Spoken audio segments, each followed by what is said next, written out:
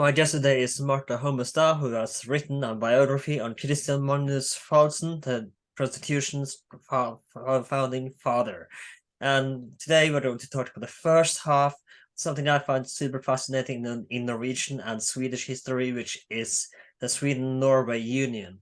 And of course, as always, let's start with introducing or just to how did you come in studying early 19th century history? Thank you for the invitation.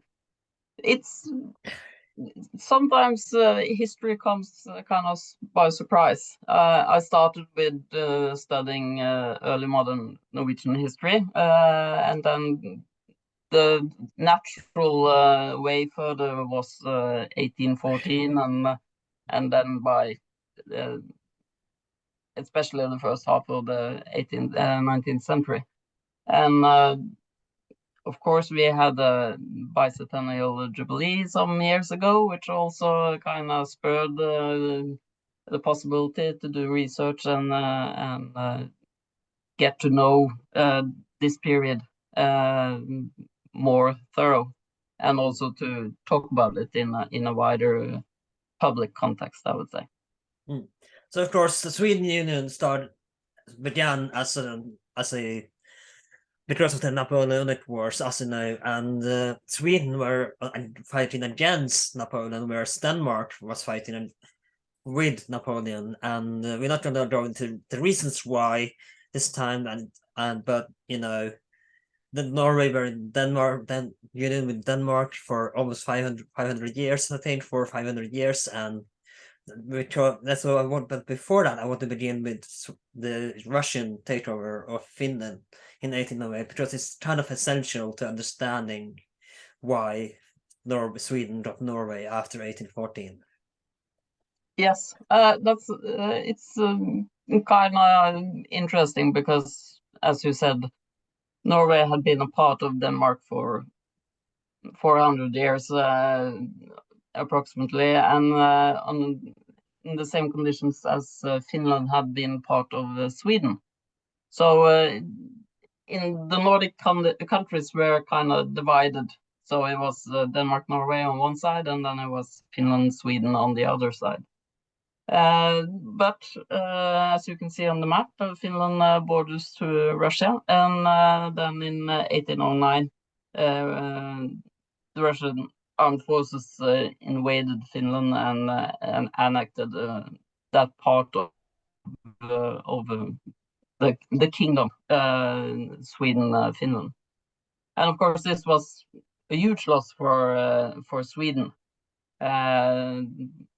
in very many ways, and this also resulted in a coup where the political and armed forces, the officers, overthrow the king Gustav III and ousted him out of Sweden. And instead they placed a new king, the old and frail and impotent and demented Charles XIII. He had no heir. He had no sons. So everybody knew that this was kind of an intermediate solution to the governing of Sweden. At the same time, they also adopted a new constitution, which so they parted with the absolutist governing of Gustav III in the years before. And then it happens a lot, you can say, because then the new king had no sons, so they had to find a new heir to the throne. And first they contacted Christian August, as it is called. He was a Danish German prince. He was in Norway at the time, so he left his position as governor of Norway, went to Sweden and became the crown prince of Sweden. But unfortunately, he died already in 1810. So then the Swedes had to start all over again and find a new crown prince to the Swedish throne. Of course, that would be the legendary Jean-Baptiste Bernadotte. Let's talk a little bit about him and how he came to end up being Swedish royalty, because he's quite a fascinating character, I think. Yes, he has quite a life story, because as one can hear, it is not a Swedish name, it's a French name. And he was one of Napoleon's officer. He was a marshal in his army, and quite powerful. But he fell out with Napoleon, and also fell in. But in the end, and why the Swedes thought that he maybe could be the solution is, one strong part is that they wanted to have an army officer. They wanted someone who could lead Sweden into battle, and that is a reference back to the loss of Finland. So because the Swedes thought at that moment that they should retake Finland as natural part of Sweden. And that was also the policy of Charles Jones, as he adopted as his reigning name. So he came to Sweden and forsake his Catholic faith, became a Protestant, and became the crown prince and acting ruler of Sweden. And of course, they tried to maneuver into the Napoleonic Wars at the time, and then in 1812 they adopted a new policy for what they wanted to achieve during this war. And he gave up the dream of retaking Finland, and instead he said, let's take Norway. Because one thing was that Finland was seen as a natural part of Sweden, but Norway certainly is, because when you look at the map, the border between Finland and Sweden and Norway is very long, and the parts of these countries fit very well together. So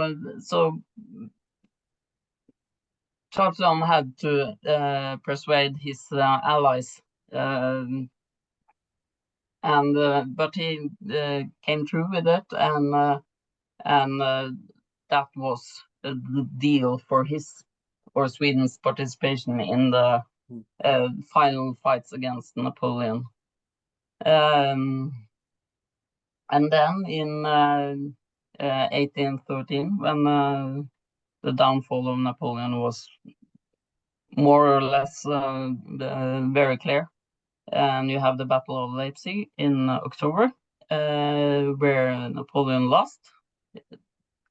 But instead of following the French armies to kind of give the final blow, as the other nations did, John turned and went north and attacked Denmark and the German parts of Denmark to push forward and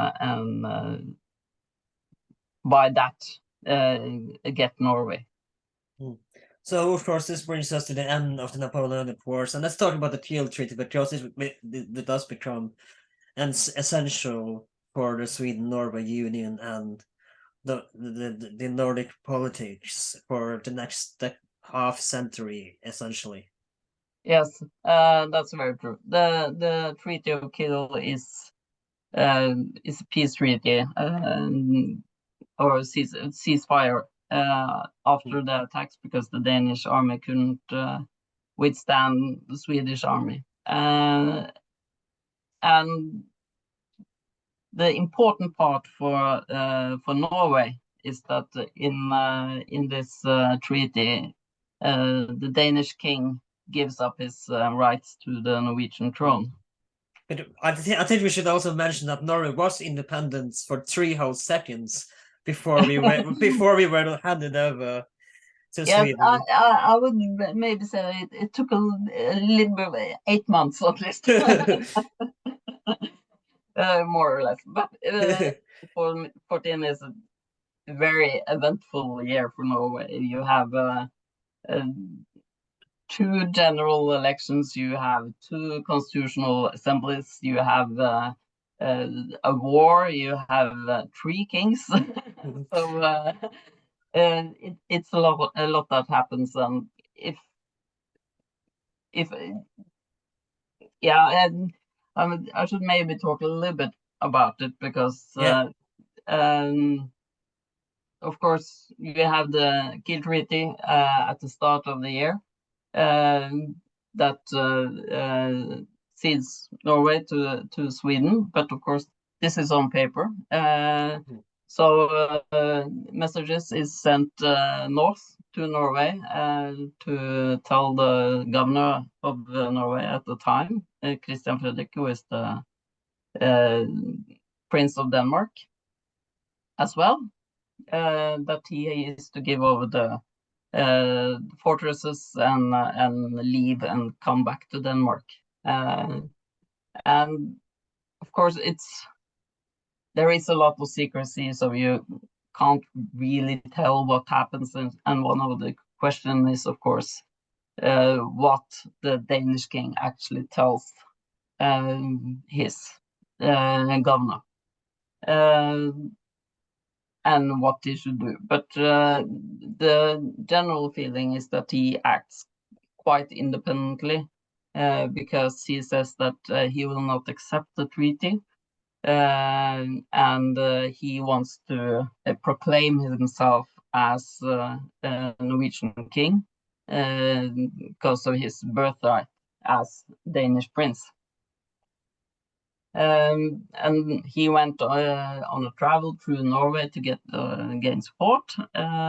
He did get the support to have an independent Norway, but he also got quite a clear message from the elite that he met, that Norway wanted a constitution, and also at a very important meeting, he one of the participants tells him that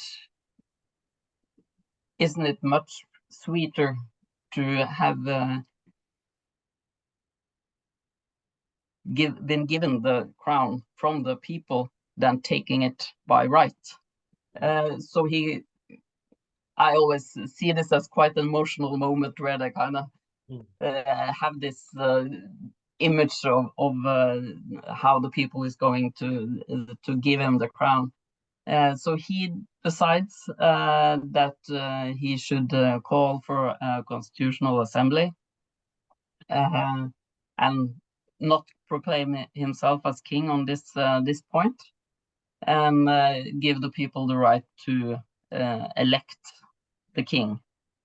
Of course, it was 1814. It wasn't that easy to get the message through, and they had no system to have election as we know it today. But this call for a constitutional assembly led to the election of men. And in the start of April, 112 representatives from almost all lines of Norwegian society. It was civil servants, it was representatives from the armed forces, it was farmers, which is quite important and show this egalitarian thought. And some were quite young because they couldn't find a better better solution, but also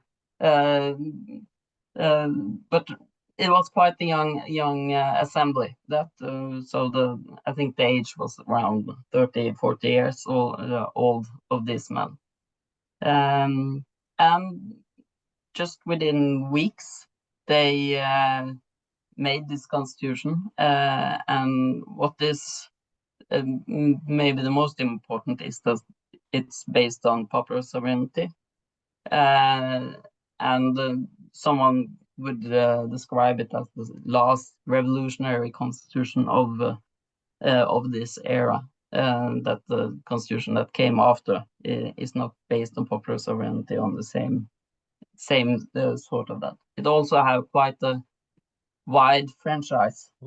So at the time, it was quite a large portion of the men of Norway who could get to vote and have a political voice.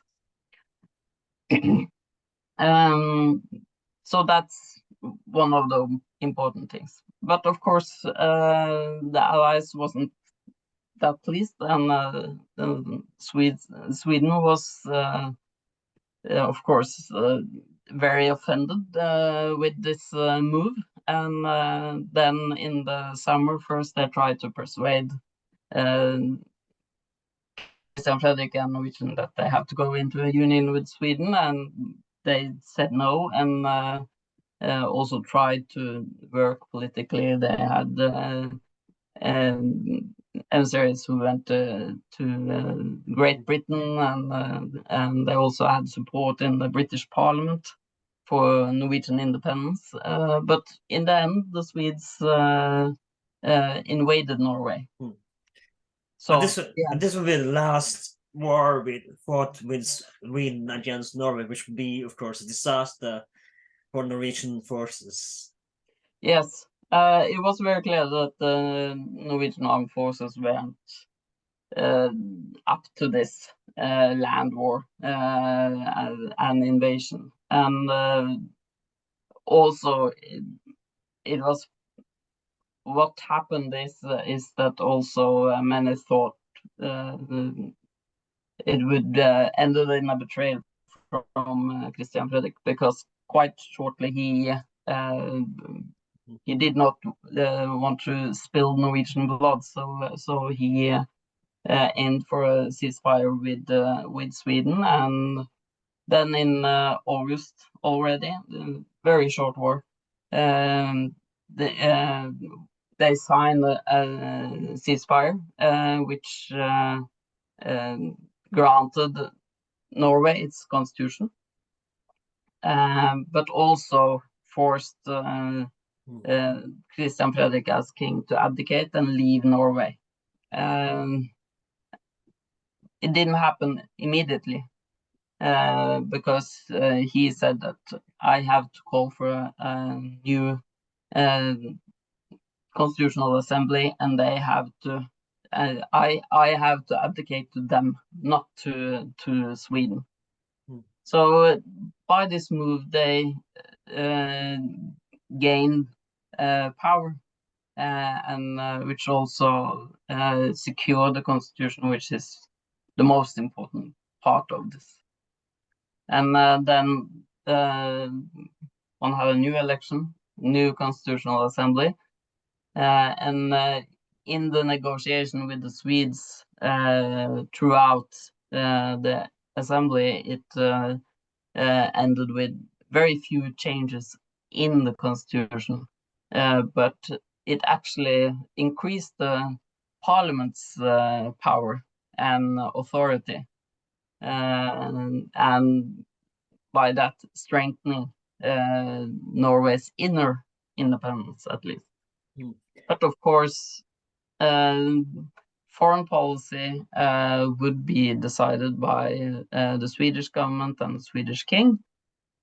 So that part it kind of lost some sovereignty.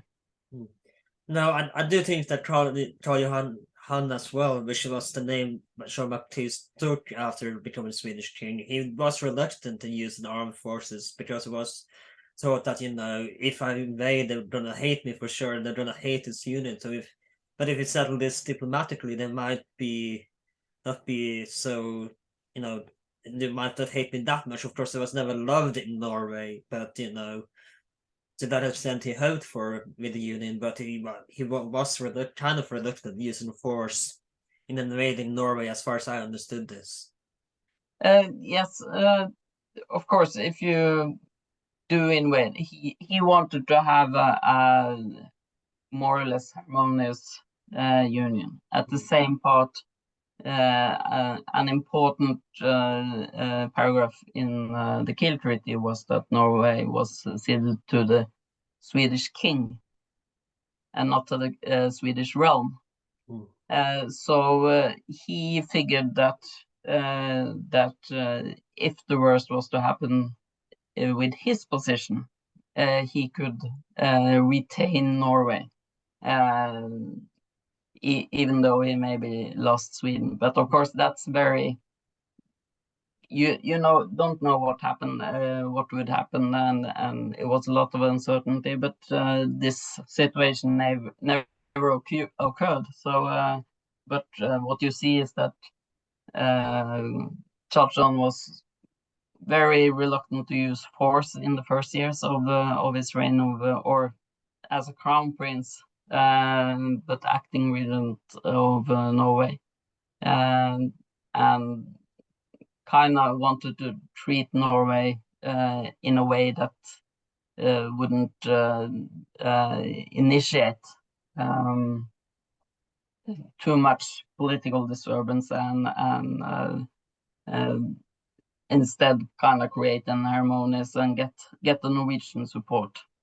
And of course, some people thought that the best solution for Norway were to get into the union with Sweden, and that was quite influential men. There were, and it was led by maybe the one person we could call real nobility in Norway at the time, and some of the richest merchants in this period who supported a union with Sweden.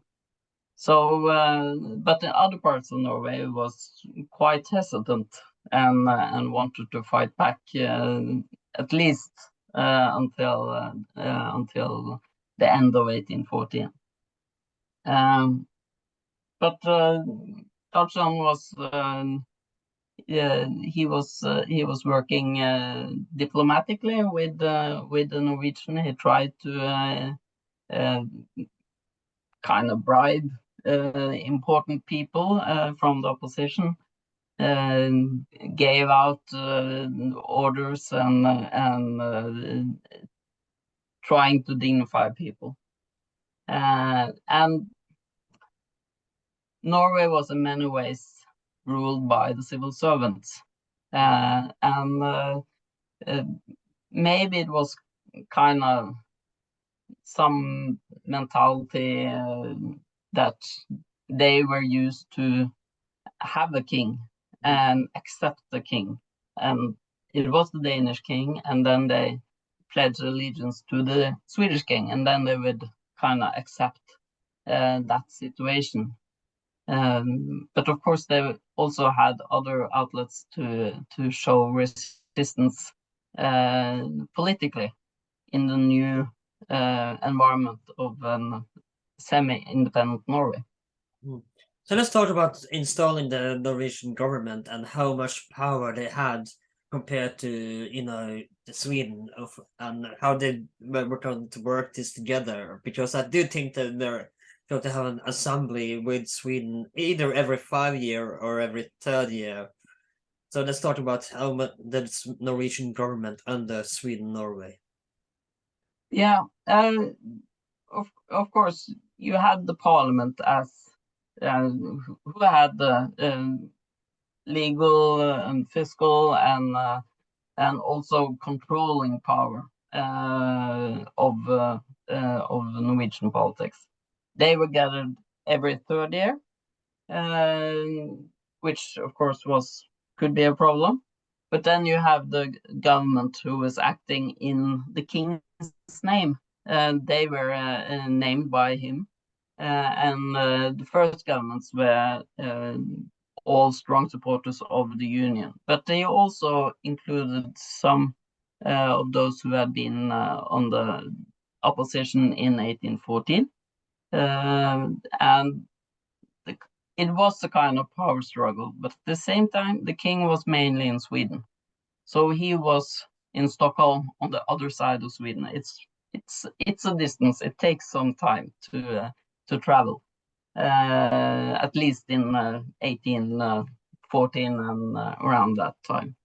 So, and it ended with that you had the government in Norway, and then you had the prime minister in Sweden. So you had kind of two prime ministers at the time. One who was leading the government in Norway, and then you had one in Sweden who was working closely with the Swedish government and the king, and had to kind of act as a diplomatic force between the different interests of the Swedish government, who was in many ways very opposed to the Norwegian independence and what they thought as arrogance. And of course, Norwegian government thought very much the same about the Swedish government. So that was a power struggle clearly from the beginning.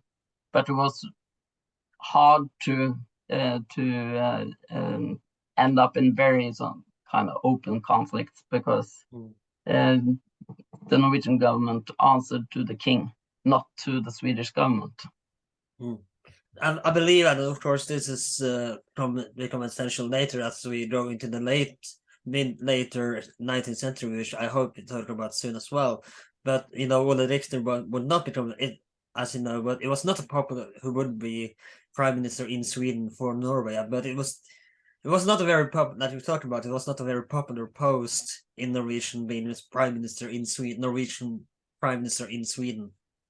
No, and the first years they had the same. It was one of the leading union men, you can say, from 1814, who was prime minister in Sweden, in Stockholm. But later it was kind of went as a turn between the members of the government. So they had kind of a period each where they went to Stockholm and stayed there as acting prime ministers before they went back to Norway again to work with their departments and be part of the Norwegian government in Oslo. So it wasn't very popular, and they, because they were so close to the king, and I think Charlton was quite demanding. They very much felt this conflict between Norway and Sweden. They were maybe one of those who felt that most immediate on the conflicting interest between Norway and Sweden. Well, how important was this job, and not to have this foreign post, if you will, in Sweden? Was it really necessary as well to have this kind of, if you will, I call it, for lack of better words, a foreign minister so close to the Swedish parliament?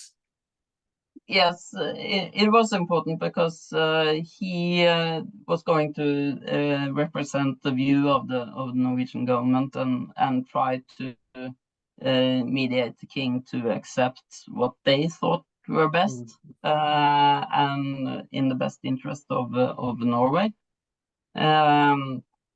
So, and Charlton is known to have quite a temper and quite strong will and determination, and could not easily be swayed by other people.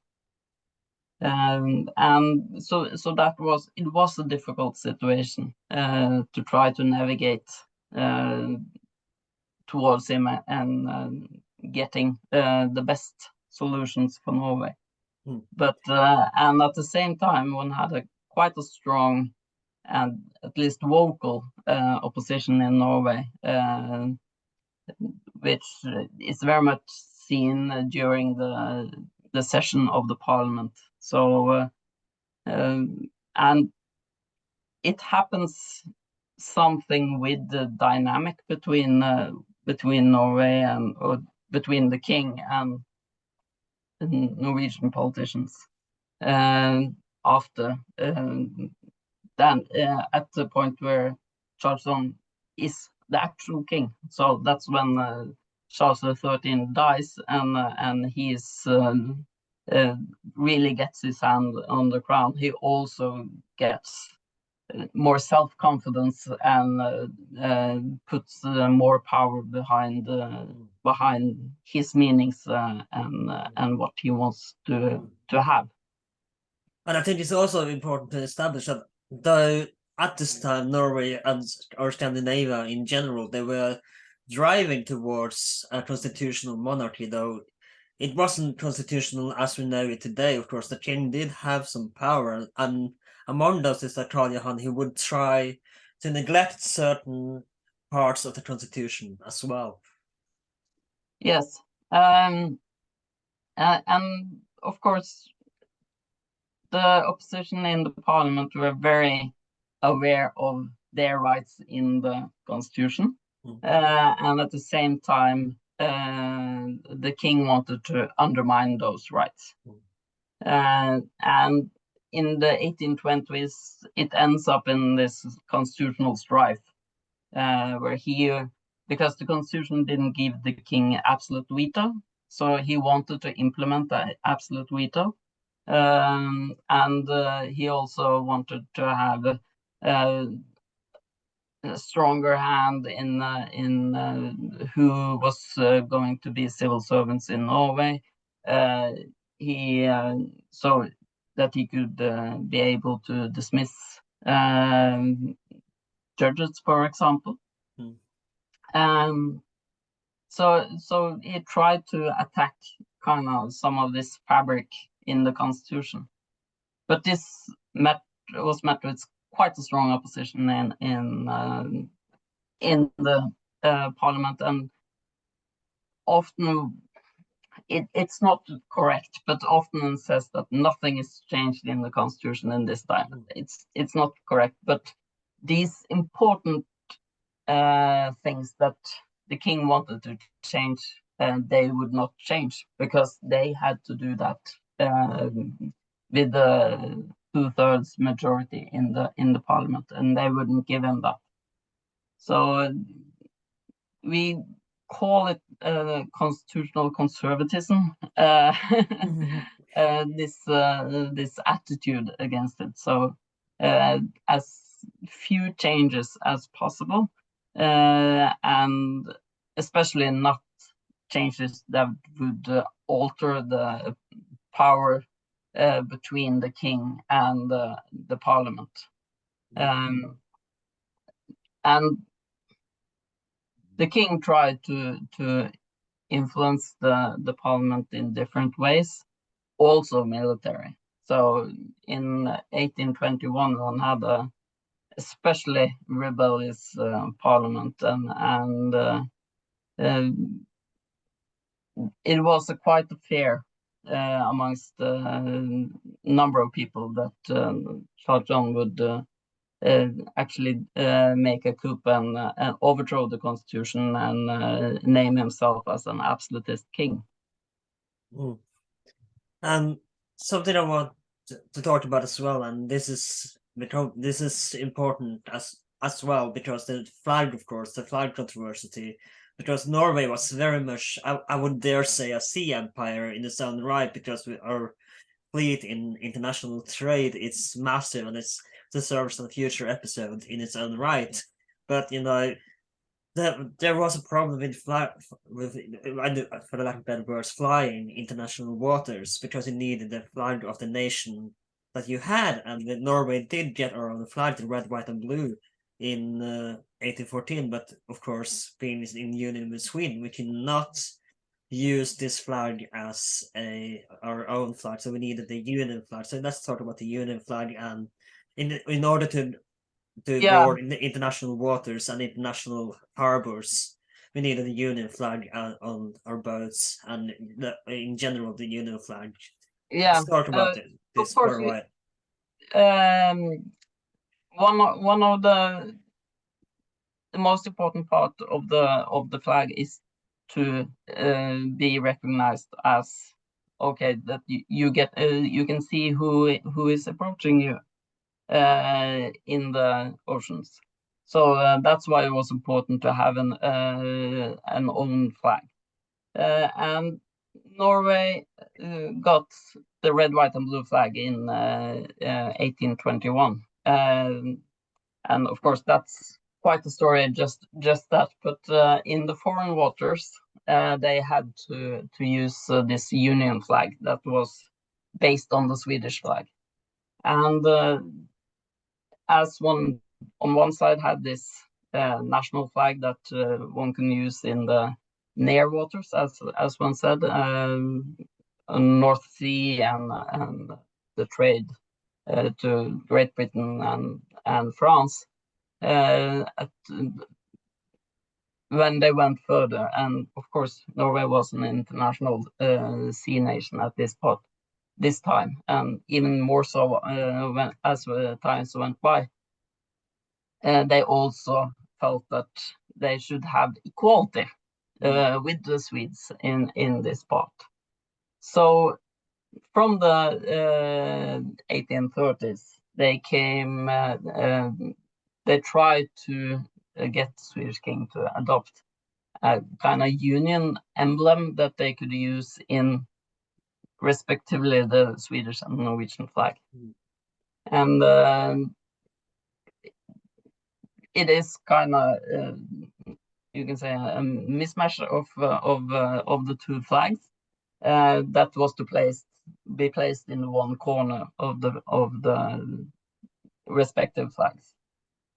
And this was, Charles John wasn't very keen to adopt this and wouldn't accept it, and they put down commissions who negotiated between Sweden and Norway, and it was quite a case in this era.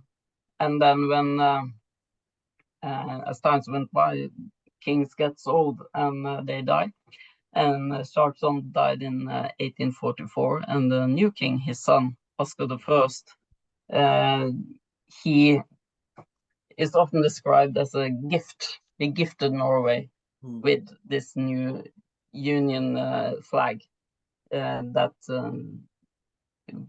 in the Scandinavian tongue is referred to as the sildsalat. So it's the salad of herrings,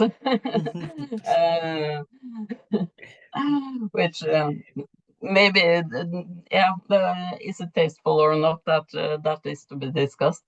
But this opened up for more equality between the nations in a foreign capacity, which is important at the time.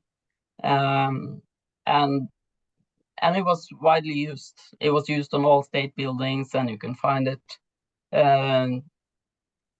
in kind of decorations and things like that. And I've seen pictures from later in the 19th century where you find these small table flags that you put out as a decoration, a Swedish flag with Norwegian or with the herring salad, and Norwegian flags with the same emblem. So it was used on both sides of the border and seen as kind of token of equality at the time. And something, speaking of equality, and there's something, and this would be true for very much late even up until mid-20th century. I think that the Swedes, they did, and of course this is not surprising perhaps, that they did not kind of look at the Norwegians as a little bit inferior to themselves. Yes, it's both economic and cultural and political. I think it's of course very easy to look at the economic and cultural parts of it, because the Swedish foreign diplomacy was more extended, of course, because the foreign policy was led by Sweden. But they also, culturally, they felt that they had a greater history as a Swedish empire. They had a large part of Europe who had been controlled by Sweden at sometimes. So they felt that their heritage was greater. They were a better warfaring nation. They had imperial aspirations, which they didn't recognize that Norway had, because they were led by Denmark at the same time. So, and also Swedish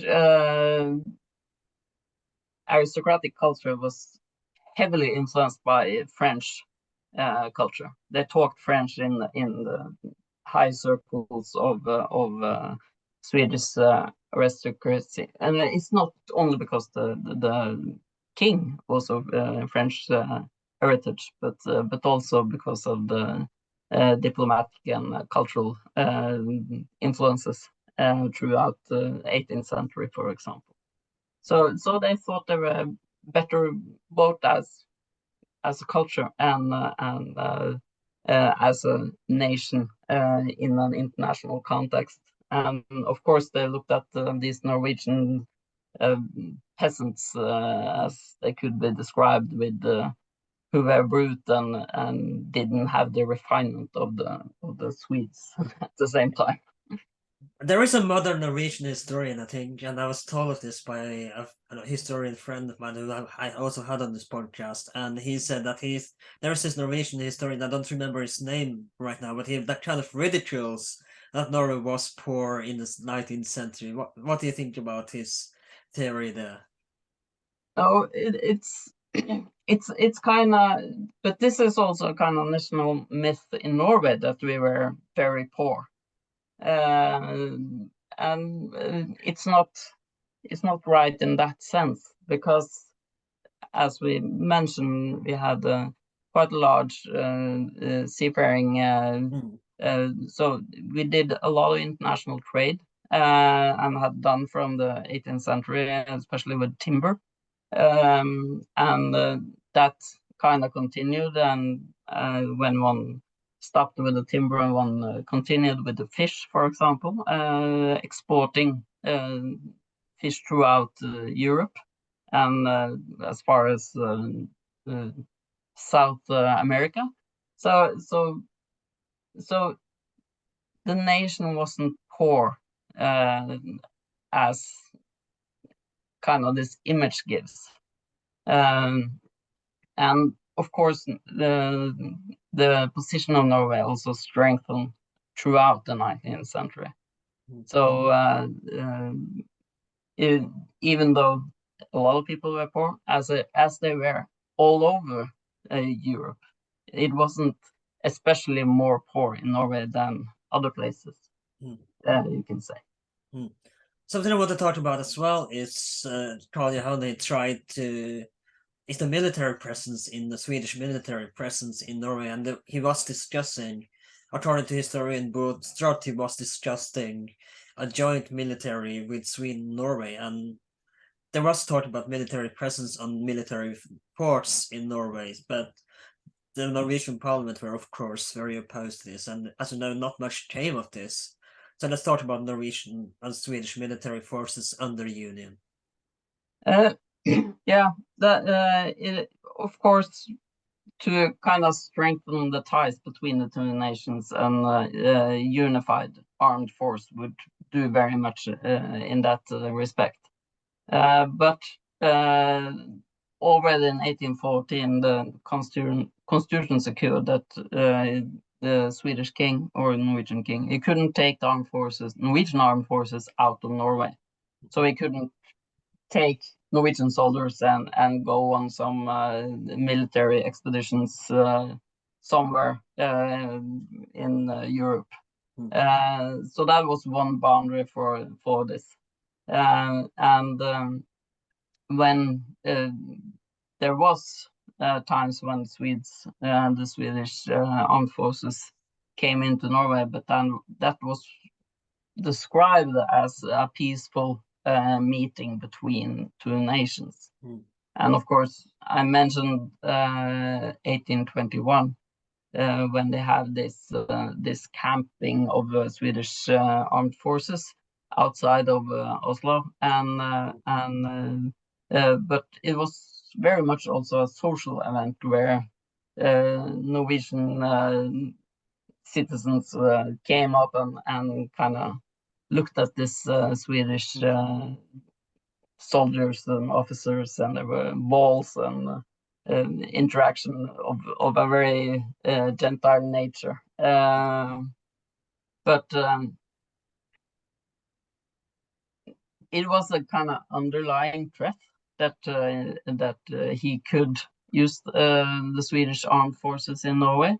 And of course, I think the Swedish government were very much in favor of getting control over the Norwegian armed forces as well. And Norway's, because of the history with Denmark, the naval forces were quite present in Norway. They were used to having a naval fleet, and it wasn't, of course, the same as when they went to Denmark, but the Norwegian boys went to Denmark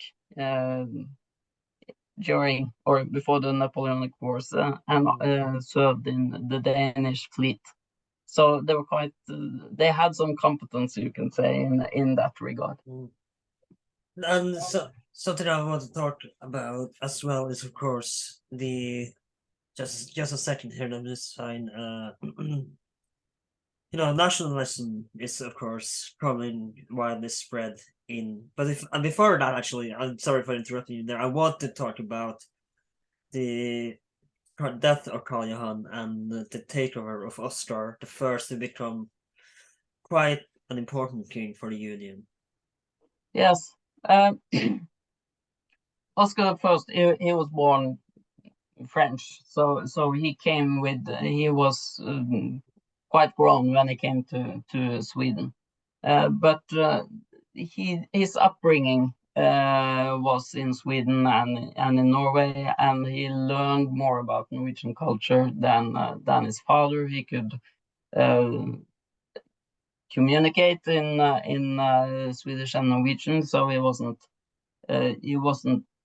that strange or foreign to the Norwegian public, and it was quite popular as charming and good-hearted. And so when his kind of military father finally died, who had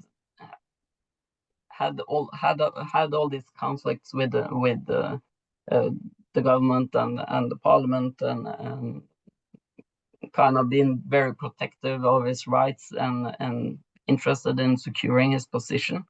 His son didn't have to have that view and hardship.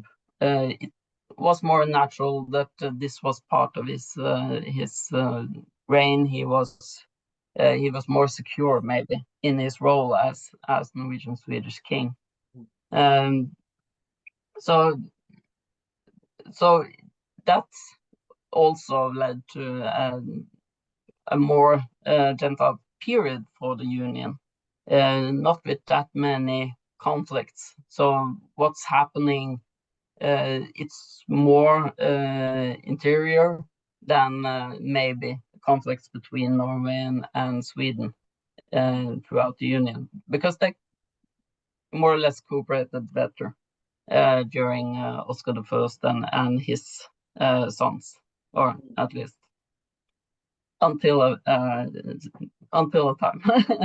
So, something I want to talk about as well, and of course, this is the result of Norway's National Day, which is 17th May, and it was allowed to be celebrated, though, of course, Trond Johan, who we talked about, was reluctant to let them celebrate it. And Swedish kings did travel to Norway, but no one really did travel there and celebrated 17th May, the Constitution, on the day of our national day.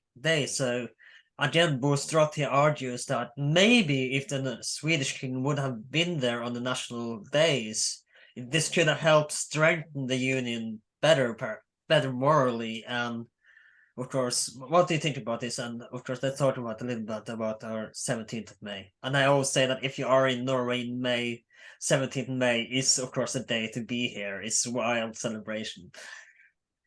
Yes, and the celebration of the Constitution Day, it was important and is of course very important today. But today is not really a political day, but back then it was. And Charleston actually wanted, if they were going to celebrate the Constitution, it should be the final Constitution who was passed on the 4th of November. Everyone that knows Norwegian climate would know that that's not the day to be outside and having a parade. Mm-hmm. Excuse me.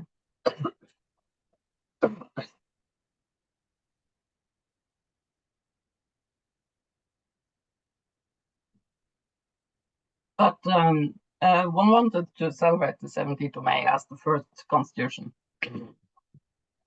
And they, Charleston was very opposed to this tradition and tried to suppress it. And then one had an incident in 1827 where it was end up with kind of a public celebration out in the streets of Oslo, who was met with police force who went into this crowd and beat some of the participants, and by that, so it was quite a scandal at the time, and it's very defining for, and of course it was even more strengthening for the feeling that the 17th of May is the day to celebrate because that's Norwegian's day, and so it is an interesting thought that Bostrot is talking about when he says that maybe if the Swedish kings had been in Norway as Norwegian kings and taken part of the celebration, they would also have a more goodwill, you can say, in the final how the union developed throughout the 19th century. I do believe Oscar the First, he was kind of popular in Norway too, I think, because either him or one of his successors, I don't remember quite clearly, but he said, I'm not king of Sweden, Norway, I'm king of Norway, putting Norway first instead of Sweden, which was wildly popular claim that he is not just, putting Sweden ahead of Norway. Yeah, and that was very important. That in Norway he should be named first as Norway's king and then as Swedish king. But of course, even as I speak now, I talk about him as the Swedish king. So it's very it's kind of hard to get out of that discourse, you can say. But that was kind of this small elements that would show equality and that he was indeed a Norwegian king, and why it also was important to have a palace in Norway, and that he on different public statements always was named as the Norwegian king before the Swedish king. And yeah, it's presentation and how you present yourself as a ruler of Norway is important to how you also are looked upon as. Of course, when the king started to talk Norwegian, when the king get to know Norwegian history, when he was more interested in what Norway was like, it also gave him more goodwill in the population. And we can talk about nationalism in Norway. It's a little bit difficult because nationalism is quite a contested word today. We can talk about kind of good nationalism and bad nationalism. Norwegian nationalism was very much about nation building in the 19th century. And of course, it was to distance itself from its Danish-Norwegian past and kind of emphasize its own singularity and its own history. So very much of Norwegian history at the time is written about medieval history and the Viking Age and kind of what we know as, or at least it's more widely known as Norwegian history. I do believe at this time as well, Snorri becomes, who is largely forgotten, he becomes widely popular and rediscovered as well during this era, I think. Yeah, it's kind of course, it's the romanticization of medieval times as you find all through Europe at this period. You have what happens in Germanic culture, and one would kind of look to the north as this bold and brave men, and so one kind of it's different forces that kind of drives this, but from Norwegian's part, it was very much about creating an own identity as an own nation and separate itself from this more well-off Danish people who lived on cream and pork. So yeah, it was and also from the Swedish. Someone was talking about this natural and kind of straightforward Norwegian men against this Swedish French diplomats influenced by something very un-Nordic, one can say. But when you read history books, and it kind of ends with they don't talk very much about the Danish period. They kind of, and when they talk about Norway, they start in 1814. That's when a kind of nation started and the state is established. And of course, then you got the infamous revolutionary year of 1848, which both occurs in not just Germany, the Habsburg Empire, and in France, of course, is because of course France have a revolution then as well, and it also something occurs in Norway, and that he is such a fascinating character that he's unavoidable to talk about in this era, and that's of course I know I've been excited to talk about him. That is the Marcus Thrane movement. So let's talk about his background a little bit and how he came to establish, though it would fail essentially, his kind of revolutionary movement at the time. Yeah. Marcus Thrane. He was born from a civil servant family, but his father was imprisoned. He made economic crimes against the national bank. So he was, if not ousted, he lost his fortune. But he was quite well educated. He was working as a journalist and as a teacher, and he was very much influenced with the revolutionary events in Europe at the end of the 1840s. And influenced by socialism.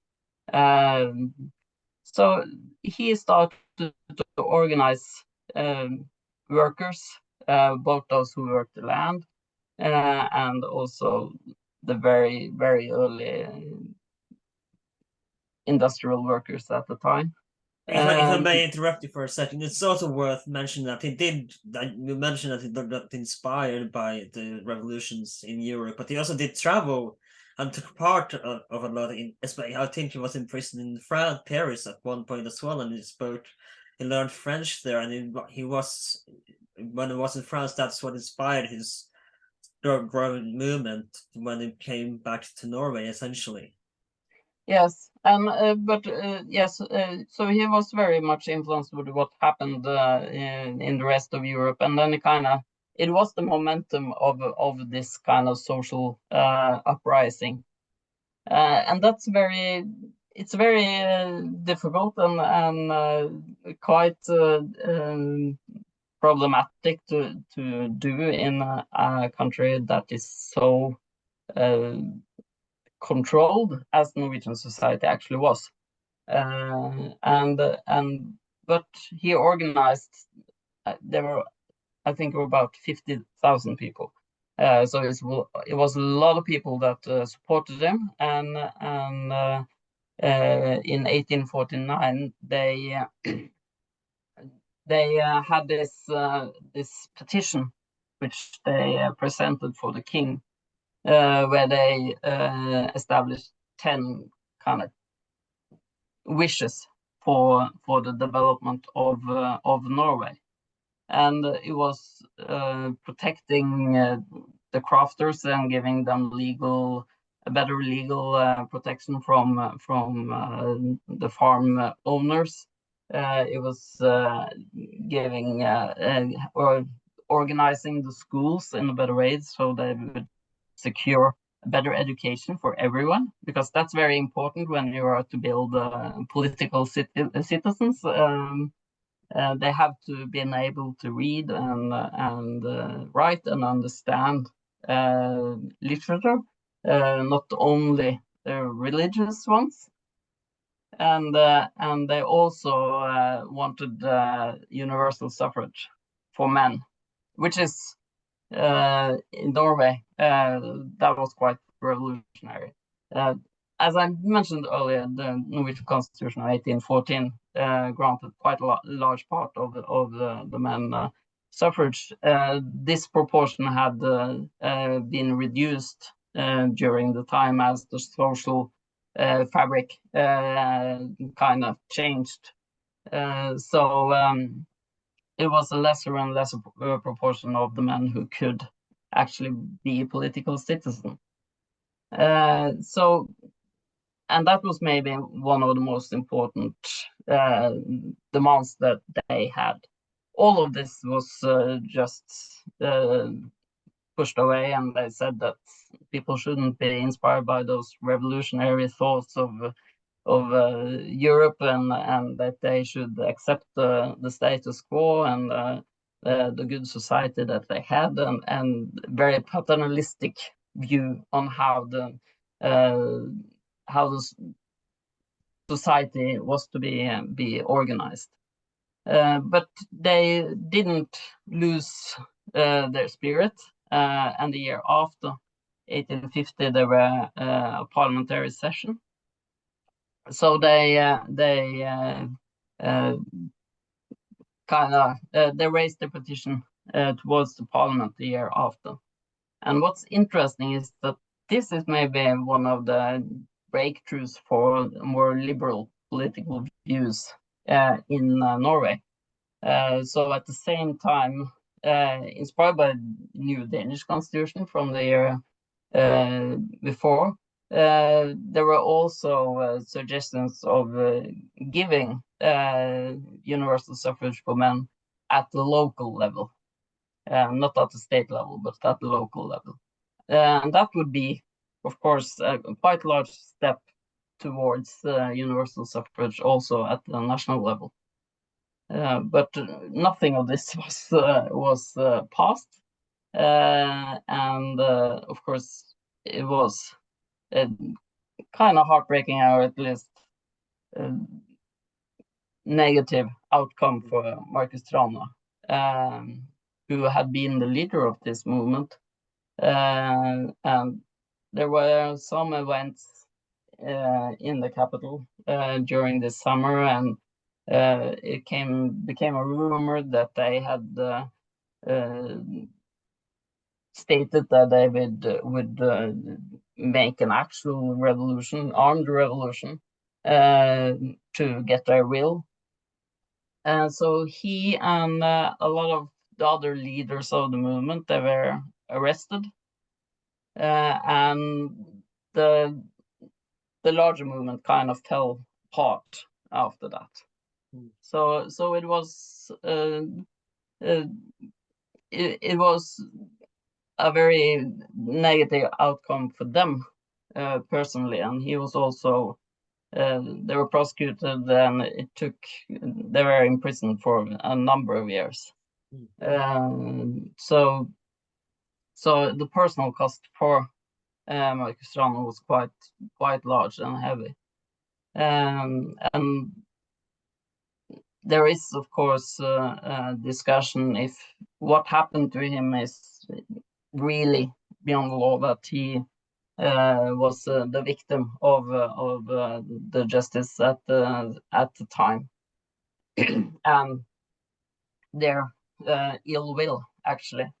But at the same time, in a wider context, it raised a discussion of how not only this 1/3 of the society, or the male society, one had to say, was to have this political rights, but then this other large part would have no rights to vote, because also people who were well off could not. It wasn't automatic that they could have the right to vote. For example, and educated people, lawyers, if they didn't kind of qualify through this quite narrow paragraphs in the constitution, they didn't get the right to vote. So it started a discussion of who was to be a political citizen in Norway, which kind of went. It took half a century, but it had to start somewhere, and that's where it started. And of course, Marcus Thrane, he did eventually get released, and I think he ended his days in the New World in America, but that's of course a story for later. But I think we're gonna round it up there, because you're mainly, as you know, you mainly stated you mainly studied the early parts of the 19th century. So I think we're gonna save the later part of the 19th century for a later episode. Thank you so much for coming on this podcast. Before you go, do you have anything you want to promote on the social media where people might find you or contact you if they have any questions? No, I think I just have to urge people to get to know this period of Norwegian history, because we are kind of a little bit on the outskirts of Europe and what happens there, but we're also kind of, the history of the democratic evolution of Norway is quite interesting, and should be also inspiration for what happens today, I think. Thank you so much for coming on. It's been a pleasure to talk to you. My name is Alan. We are available on Spotify, Apple Podcasts, YouTube, wherever you can find podcasts these days. If you're on iTunes or Apple Podcasts, please consider writing a little review if you like this episode. And also do check out some of our other episodes. You're definitely going to find something you liked. Last year, we made an episode on the Constitution, which I highly recommend checking out, which was really great, fantastic episode. Please like, share, and subscribe, and I'll see you next time.